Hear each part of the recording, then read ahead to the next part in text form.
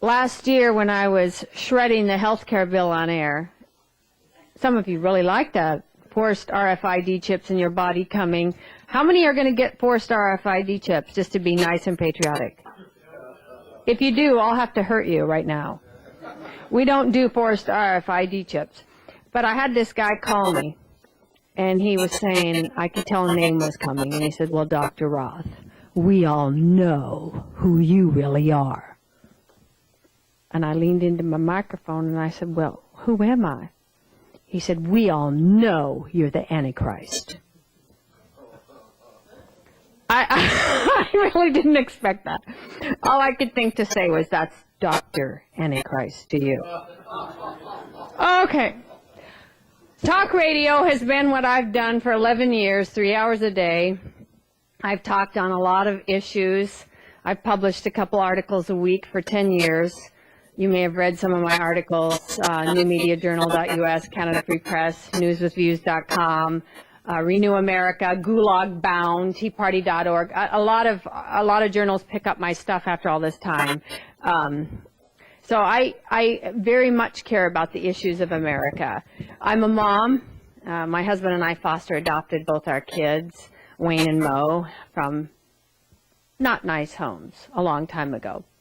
And so I have real concerns about speaking the truth about child care, about kids, about life. I've always been pro-life, never started out pro-choice and then magically morphed into pro-life. No, I've always been caring about life, very much so.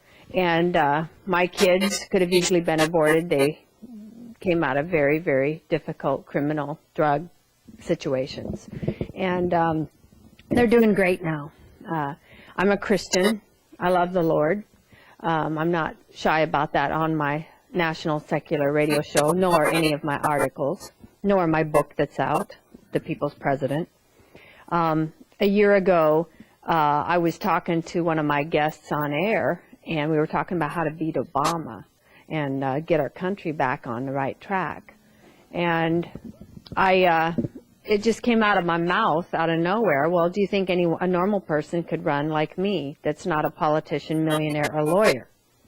And we started talking, and that's where the seed was planted in my heart. I'd never run for an office in my life. I was in the Republican Party my whole life and vice chair of the Republican Party for a while until I resigned because I was running as an independent.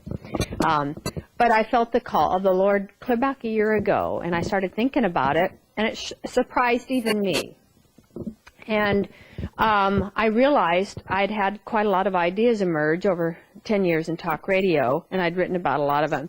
And one of the ideas I've had for some time that I'm passionate about now, that I think the country needs. We talk about all the money we need to get out of debt and cut back. We need to audit our departments. That's common sense anyway. We need to audit some and get rid of all the ones that are extra garbage and baggage and just protecting careers of politicians. We all know that's ridiculous. Okay, that needs to happen. But we do need money. We have Social Security. We have Medicare, Medicaid chips. We have military. We have transportation. We have a lot of bills that add up. Even after we do all the cleaning and all the auditing and getting rid of the fluff, we still have bills. Okay? We may want to privatize Social Security with the younger crowd, but you don't screw the older crowd and suddenly pretend like they don't have it coming when they've been forced to pay into it for decades. Hello. So, all this nonsense about Johnson putting it in the general fund decades ago, that's stealing. I don't know how come people all these years haven't been arrested for stealing from Social Security or Medicare. I really don't. I really honestly don't.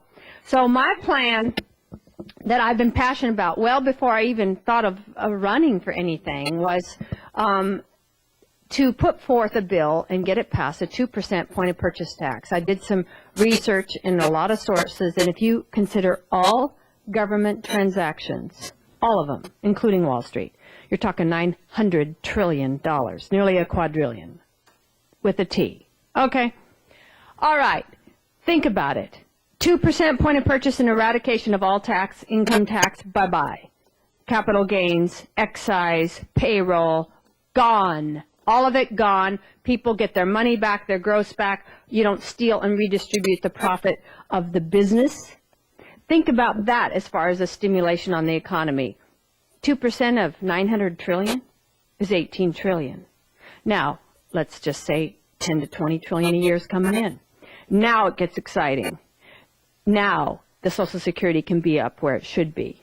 In fact, increase it, because we have more baby boomers and people retiring, don't we? We don't screw people now. You don't have to chase money. You set that aside. You figure out the real budget and you set it aside from that money that comes in. When you buy a watermelon, you pay 2%. You buy a car, you pay 2%. You buy a stock package, you pay 2%. You don't exempt anyone, but you don't tax their income. You don't tax business. You don't rape America anymore. But yet, beautifully, you're getting in more money. You're getting out of debt. You take over half that money coming in and chunk down your debt. We'd be out of debt in the first 4 years, completely, down to zero. We would have a secure Social Security for the first time. We'd have secure Medicare, Medicaid chips. This trillion that Obama's cutting out of the military, shame on him. I am not for illegal wars. I'd pull us out of Libya. That's ridiculous to be there. That does breach the 1973 War Powers Act. But I would absolutely put the trillion back in the military. I think it's critical for protection, for a president to protect America, and that is with big, healthy, funded military. I believe like Ronald Reagan does, not like Ron Paul. Isolationism, no. I'm not an isolationist. I'm not a warmonger, but Ronald Reagan wasn't. The Russian Empire crumbled. The Berlin Wall came down. The hostage crisis in Iran stopped within hours of his inauguration. Not with Jimmy Carter barking his little orders. Didn't work because they didn't respect his authority and his power. They respected Ronald Reagan.